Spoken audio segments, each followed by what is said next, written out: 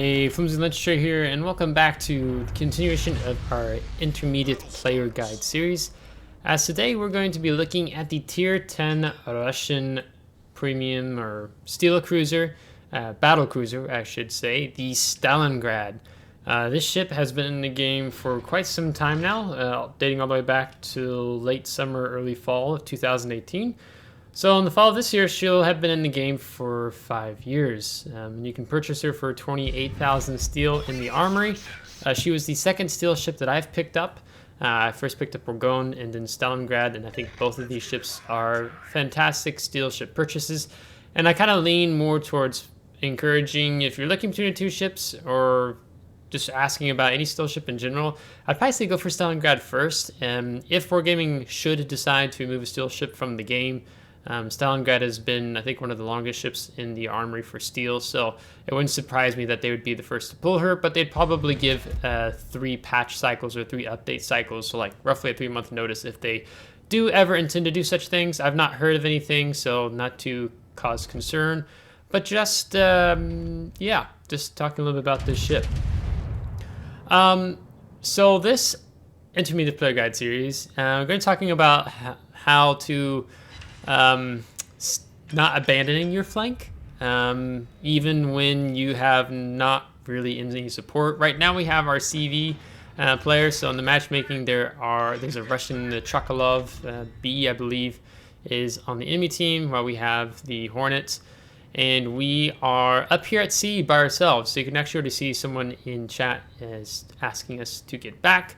So I'm already going to have to work on an exit strategy, and because of the forces that are moving here to C cap, as our team's pretty more heavy at A and behind Bravo.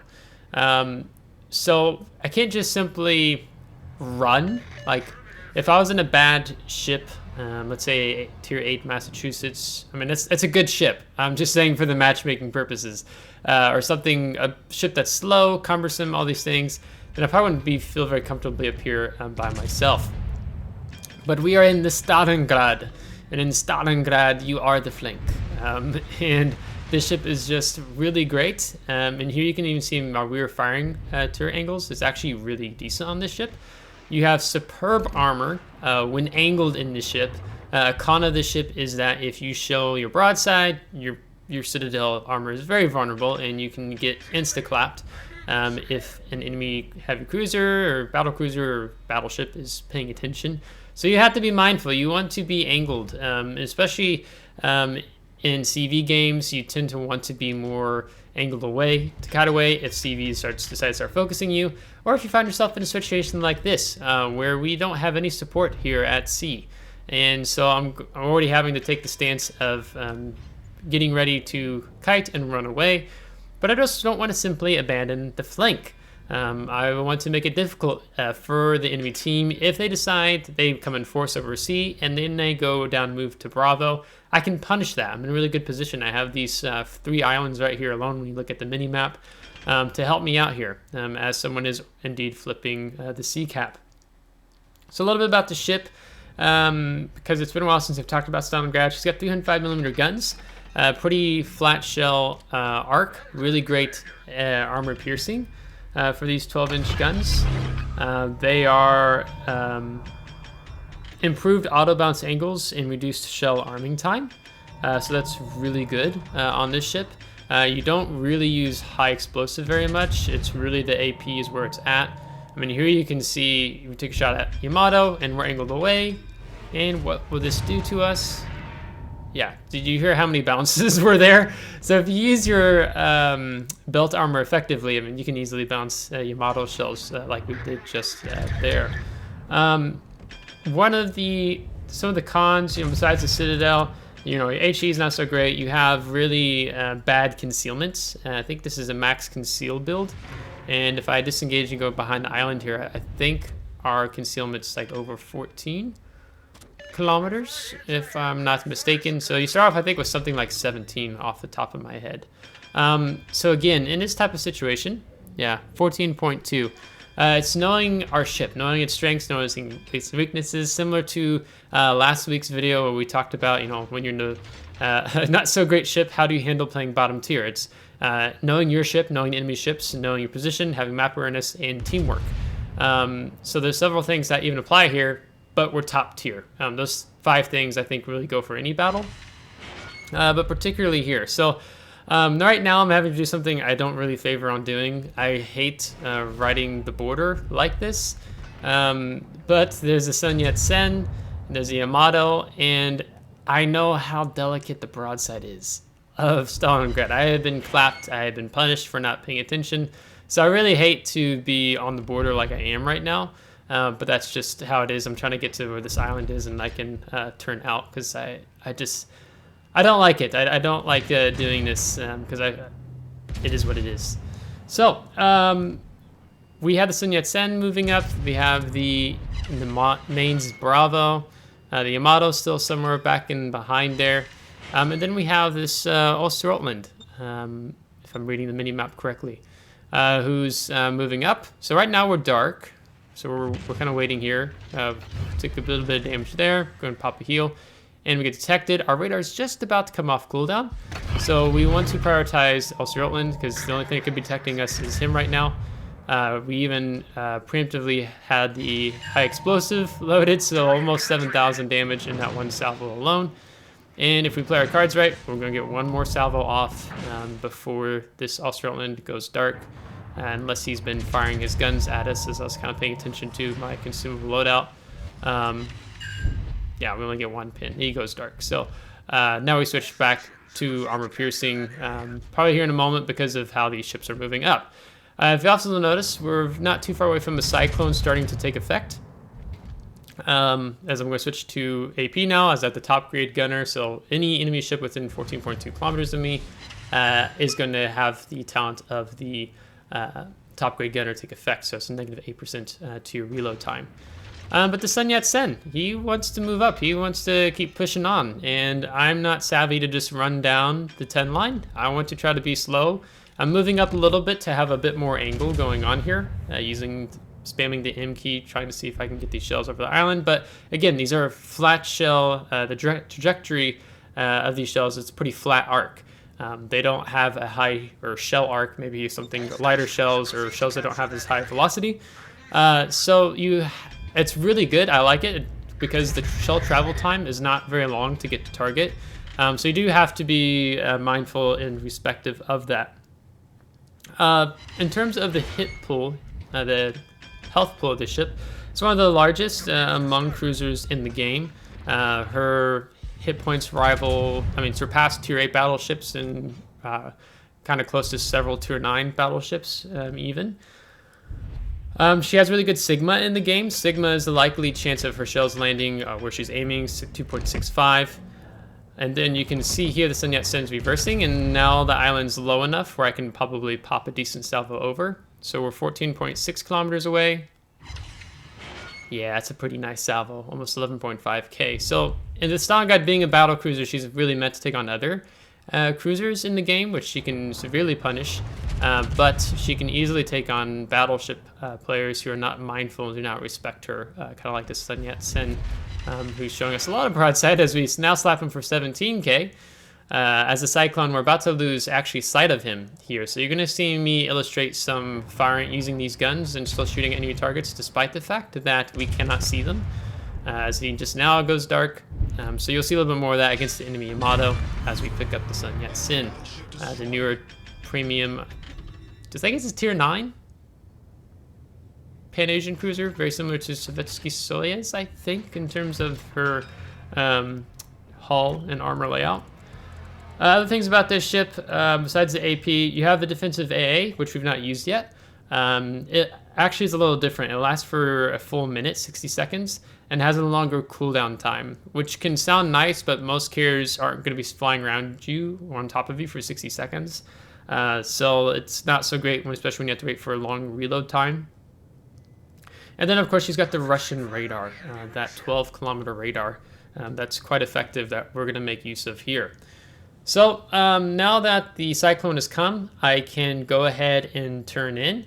And we can get into this mid-range brawling action. And honestly, I think Stalingrad, she does well at the longer ranges. She does well at the medium ranges, and not as well per se at the close range, because she's not so maneuverable, as we're truly trying to track this Yamato on the minimap.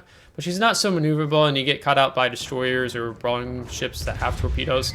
That's going to be a definite hassle for you to have to deal with in the ship. But she can stand up to most, not all encounters, but some encounters being brawling close range, like 6-5 kilometers away is kind of what I'm thinking. So here I'm just really using the mini map. Our Nutrashimi is actually the one spotting the enemy Yamato, and there's no sense for me not to be able to try to utilize these guns. So we're using the mini map, trying to see, no, that can get the mains B there. But there's no sense to just hold on to our shells, especially if we have a friendly who's lighting up an enemy ship. So we can get that little additional damage in.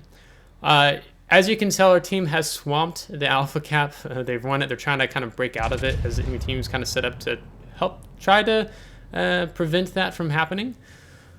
But the fact that we didn't leave C means that, especially now with the Cyclone, we can come back in where we initially were.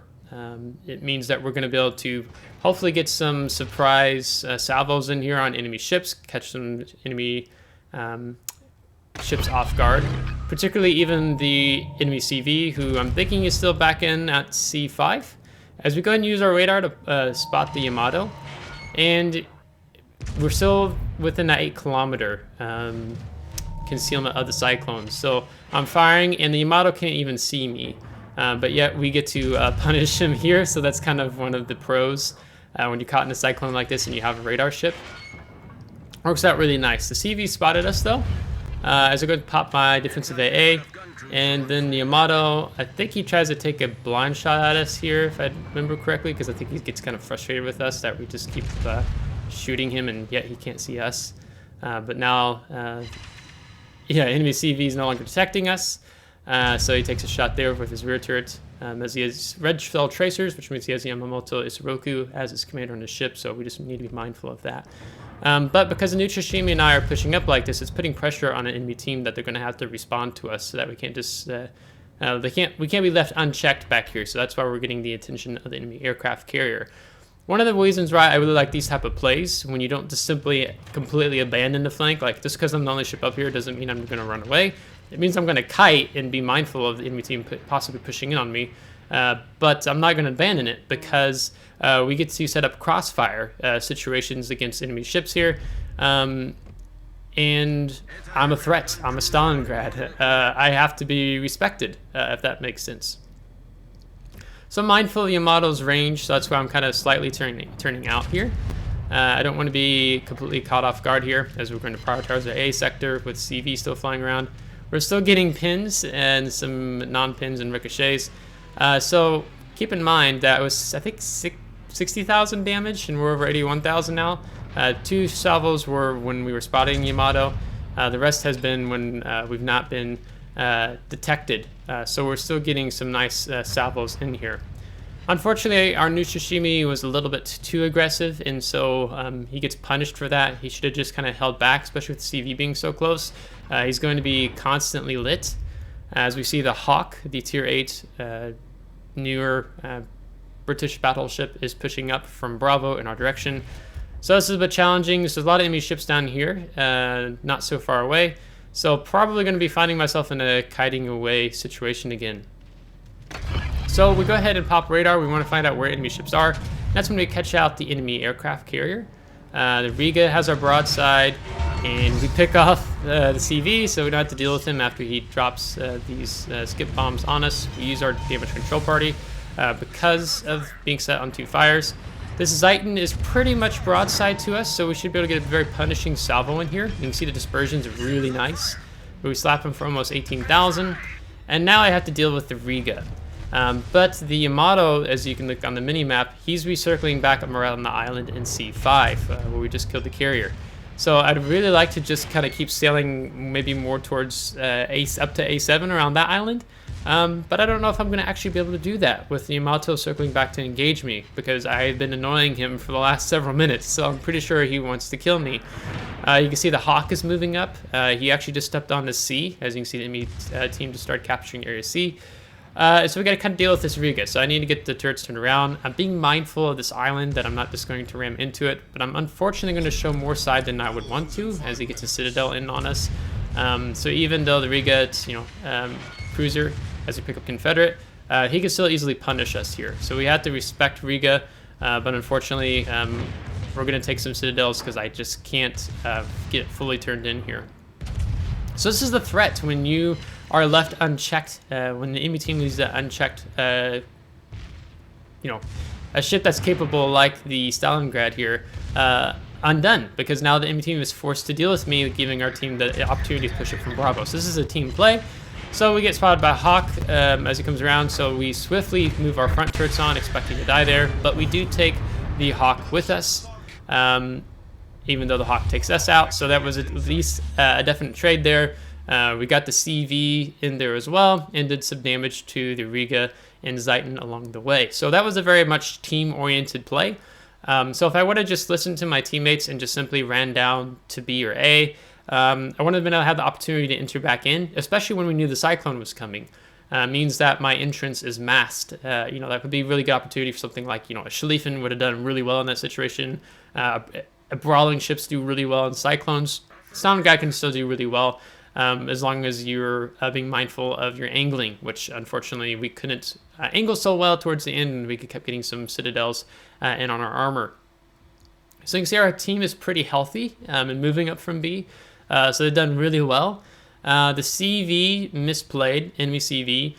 He knew I was coming. He knew the Nitsushima was coming as we charged into C, but yet he stayed there, and he only left too late, a little too late, as we picked him up with radar. So that was a definite misplay by the CV. When you have an enemy ship that's aggressive, kind of like where we were in that situation, particularly being a ship like the Stalingrad, as a CV player, you want to be able to not just be caught out like he was. So that was a misplay on his part, certainly.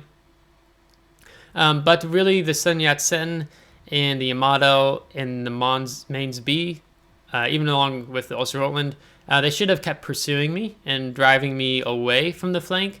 When you leave an enemy ship alive on the flank, bad things can happen quite quickly. Especially when, like myself, I am experienced, very good player in the game, and so I could punish the enemy team for leaving me alive and not dealing with me on the flank. Where, even the Osterotland alone, even though his torpedoes don't hit very hard, he probably could have kept spamming torpedoes at me because he has a decent reload time and driven me further away, but he didn't decide to do that.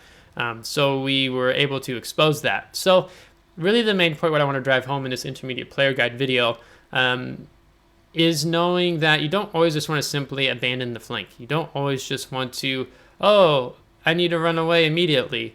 Now, if you're something like the Agincourt, then you're the only one on that flank. Yes, you need to run, but that doesn't mean you're not fighting while you're running away. It's exposing the enemy team's weaknesses. So we're going over 1 million credits, almost 150,000 damage, 3 destroyed, 5 Citadels, 3 set on fires from some of the HE we fired, some defended ribbons, even some secondary ribbons as well.